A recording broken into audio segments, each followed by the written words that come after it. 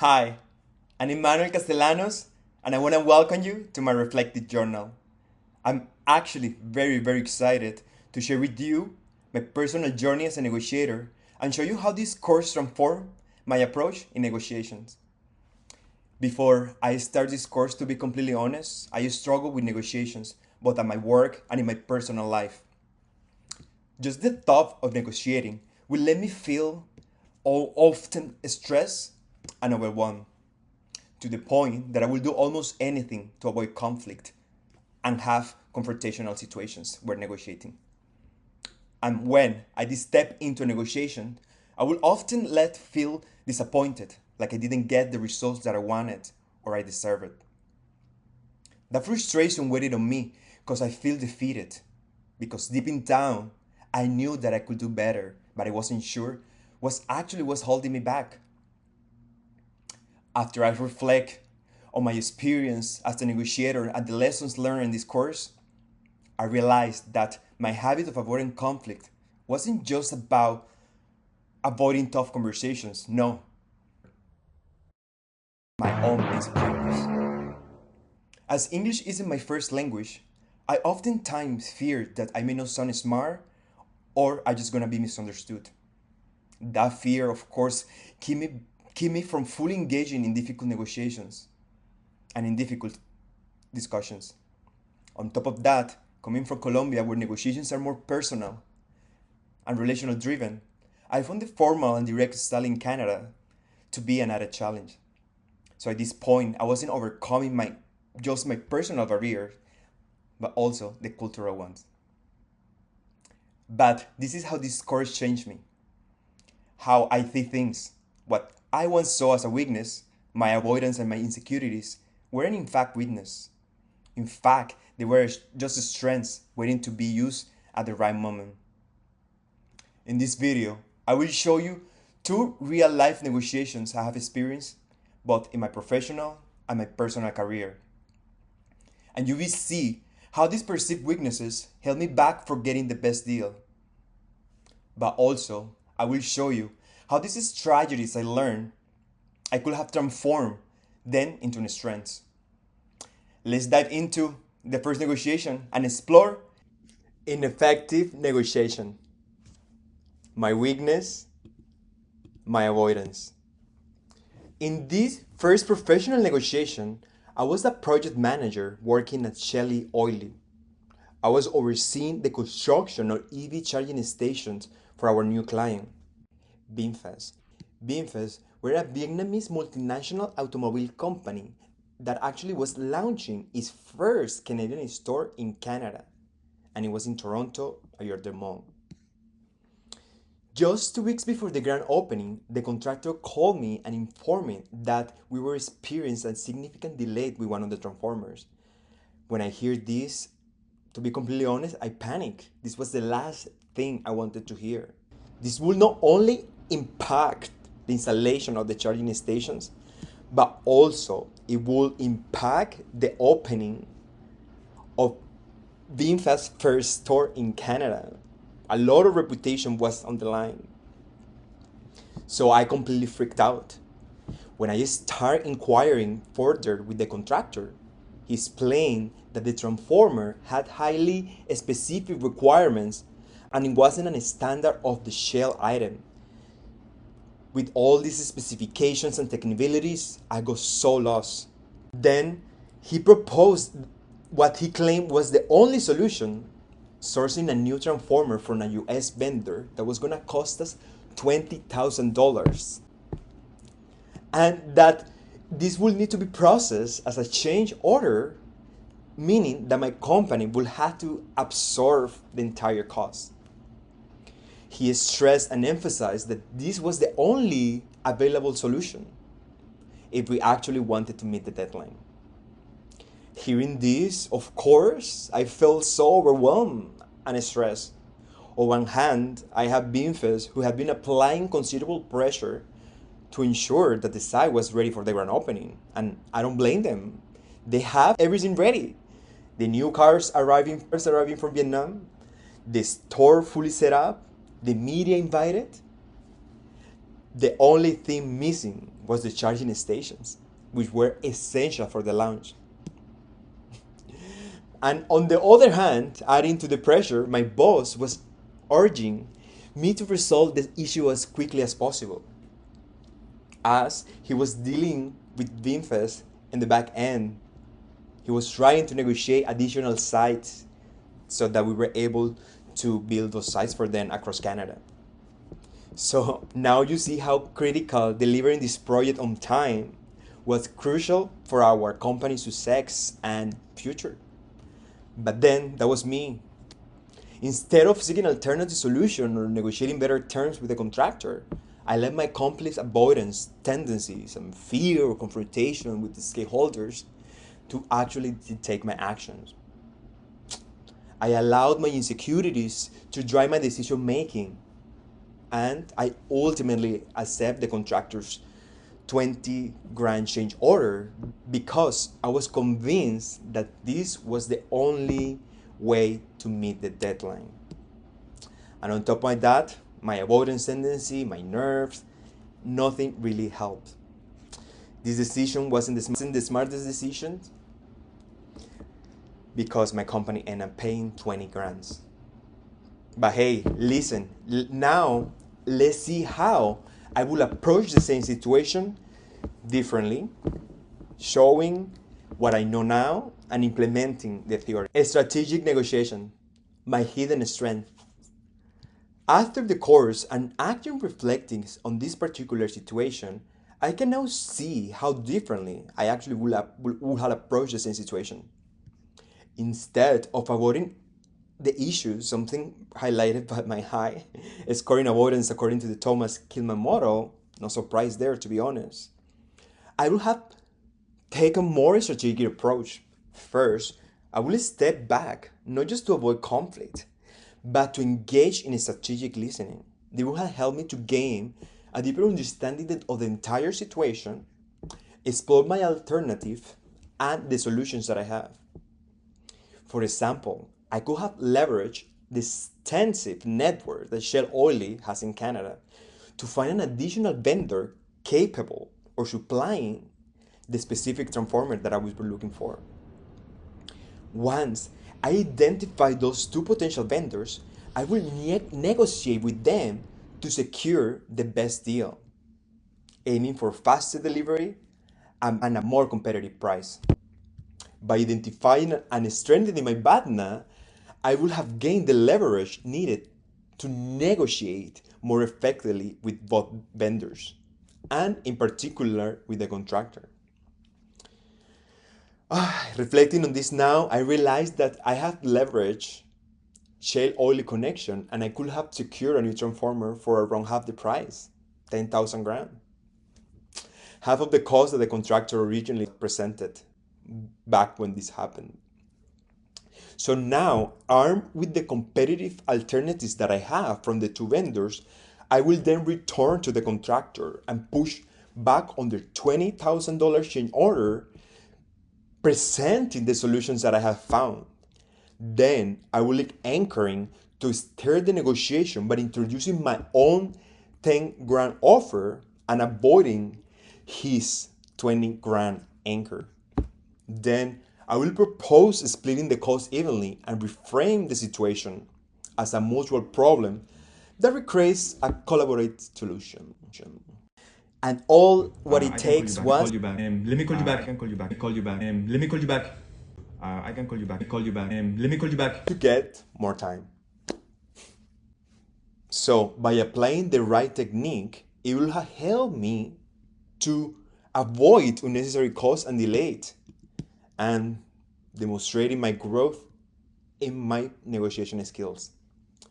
Sometimes all it takes is stepping back, breathe, and say, let me call you back. In this new approach, I transform what initially saw as a weakness into a strength. Instead of merely avoiding the issue, I turned it into a powerful tool. Active listening. Just to create value. Zero negotiation skills whatsoever. In my second real life negotiation, I found myself at a car dealership. ready and excited to purchase my first car.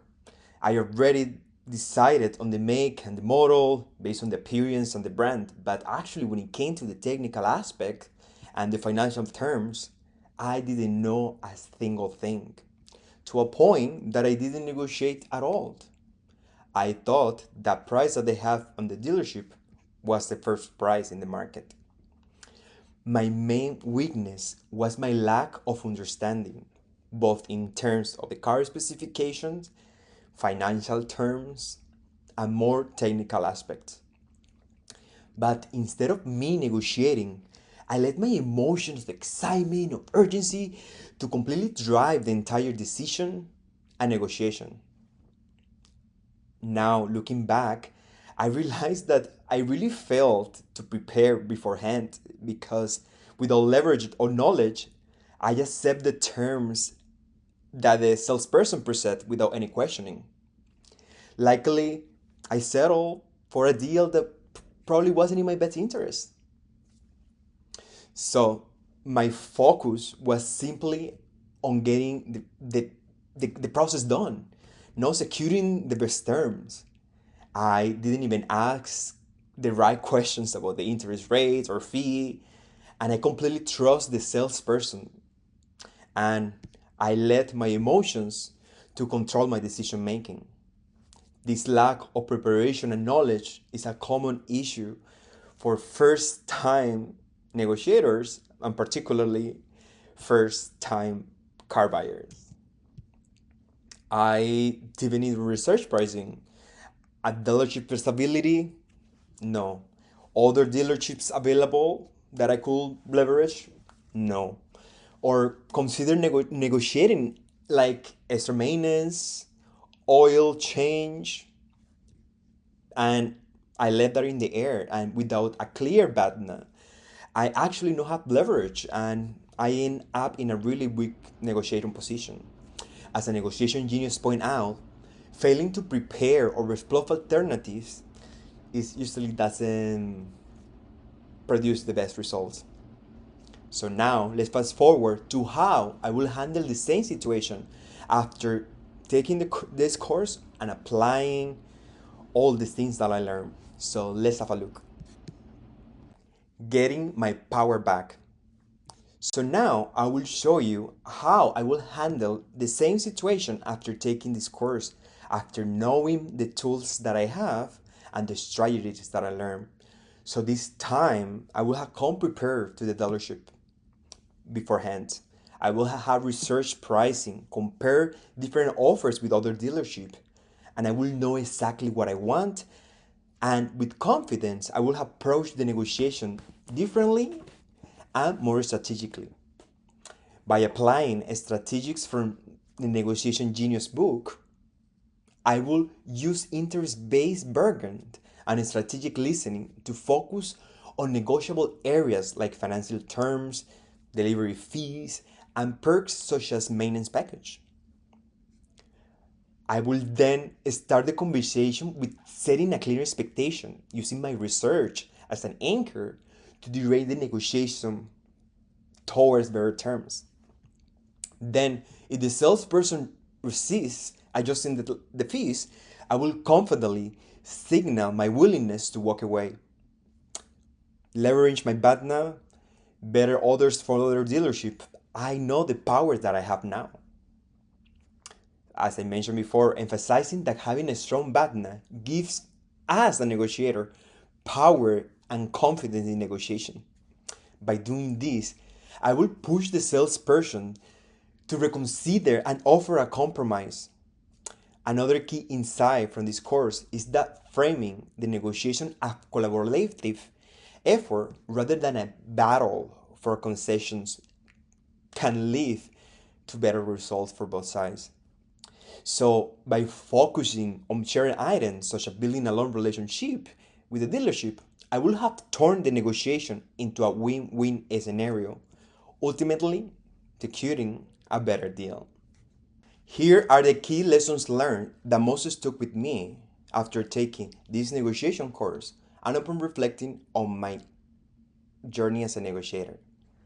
Preparation is very important through research and preparation, it actually can give me a clear understanding of pricing, terms, and my alternative solution when negotiating, reducing actually the pressure, and it will reduce making reactive decisions.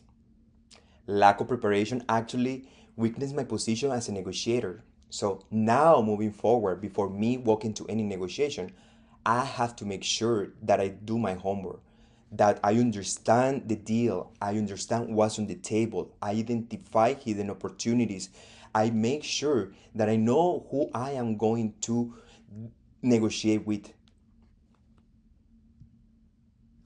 Leverage my badna. A strong badna actually will provide me with more leverage and confidence, allow me to walk away when I'm not getting what I need nor what I deserve.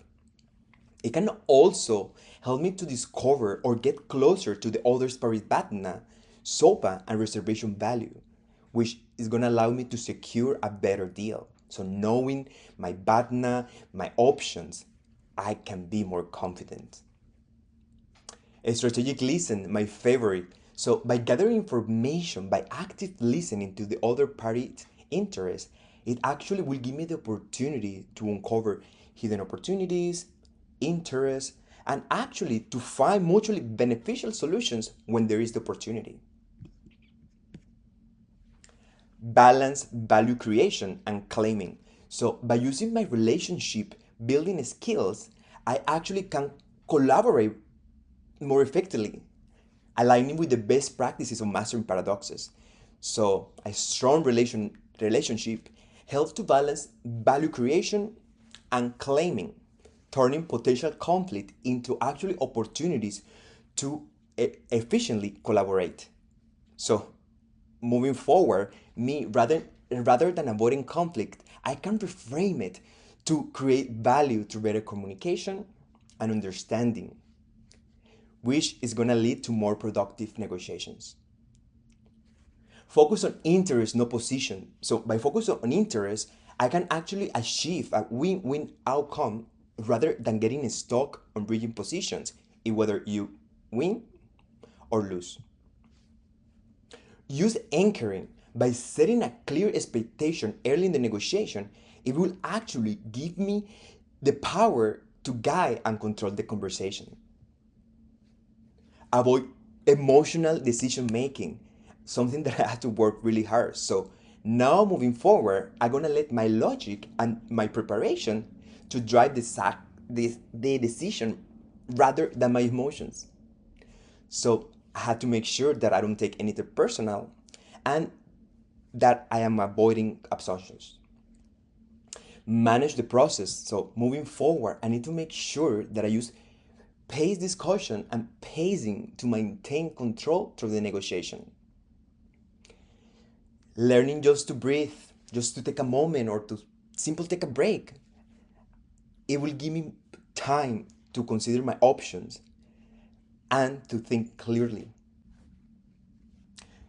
We are coming to an end, and I hope that these two of my real life negotiations highlight the transformation that I have experienced in my journey as a negotiator.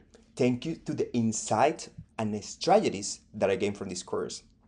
Just to recap here, in the first negotiation as a project manager, I was facing many critical delays, and actually, my avoidance to tendencies led to costly decisions and missed opportunities on the table. My fears and insecurities actually drove me to accept unfavorable terms without exploring alternatives. When I actually have a lot of power, I have a lot of value within my company that I can use to leverage the extense connection. Now, after learning about strategic listening, BADNA, reservation value, SOAP, I am framing the negotiation as a collaborative effort. I understand how I could have reframed the situation, reduced costs, and turned my weaknesses in something more powerful, in a strength, through collaboration and informed negotiation. In the second scenario was me buying a car. As you saw, my lack of preparation led me unburnable for accepting the salesperson's terms, and I let the urgency and emotions guide my entire decision of research. Now, with the tools like anchoring and preparation, I will approach the situation confidently, leverage my BADNA and using interest-based bargain to secure better terms, including perks like maintenance, oil change, things that I never considered before. So in short, this course has completely transformed the way I see negotiations. What I once saw as weakness, my avoidance, my insecurities, my lack of preparation, are now strengths when I apply them strategically. Through preparation, alternatives, focused mutual gain, now I approach the negotiation with clarity and more confident. So, thank you so much for watching. Thank you so much for joining me this journey. And I hope that my experience inspire you as negotiator, turning your challenges into strengths. Let's do this. Thank you for watching.